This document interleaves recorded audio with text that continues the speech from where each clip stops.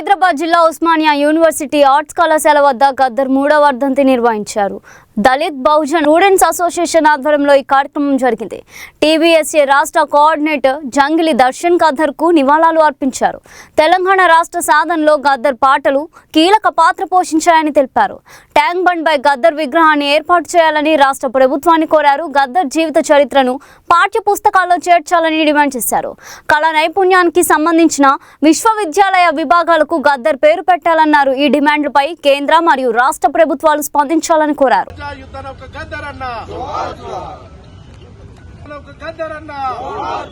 కొనసాగిద్దాం గద్దర్ అన్న ఆలోచన విధానాన్ని, కొనసాగిద్దాం గద్దర్ అన్న ఆలోచన విధానాన్ని.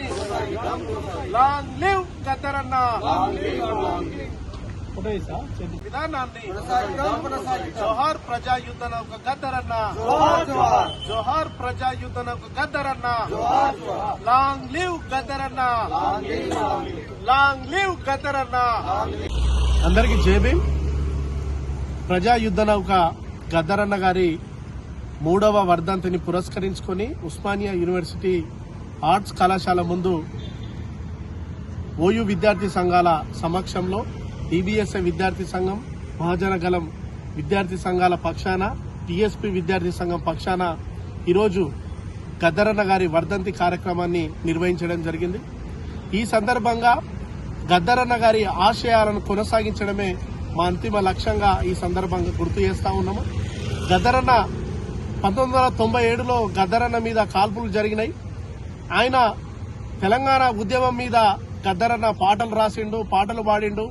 తెలంగాణ అస్తిత్వం మీద, తెలంగాణ ఆత్మగౌరవం మీద, తెలంగాణ భాష మీద, తెలంగాణ యాస మీద, తెలంగాణ ఆత్మగౌరవాన్ని నిలబెట్టే క్రమంలో గద్దరన్న రాసినటువంటి పాటలు ఎంతో ఉపయోగపడ్డాయని ఈ సందర్భంగా తెలియజేస్తూ, ఈ తెలంగాణ రాష్ట్రం వచ్చిందంటే గద్దరన్న రాసిన పాటల వల్లనే అని కూడా ఈ సందర్భంగా తెలియజేస్తూ, గద్దరన్న గారి స్ఫూర్తిని, గద్దరన్న గారి ఆశయాలను కొనసాగించడమే మా అంతిమ లక్ష్యంగా తెలియజేస్తూ, గద్దరన్న యొక్క విగ్రహాన్ని ట్యాంక్ బండ్ వద్ద పెట్టాల్సిన బాధ్యత ఈ రాష్ట్ర ప్రభుత్వాల మీద ఉన్నది.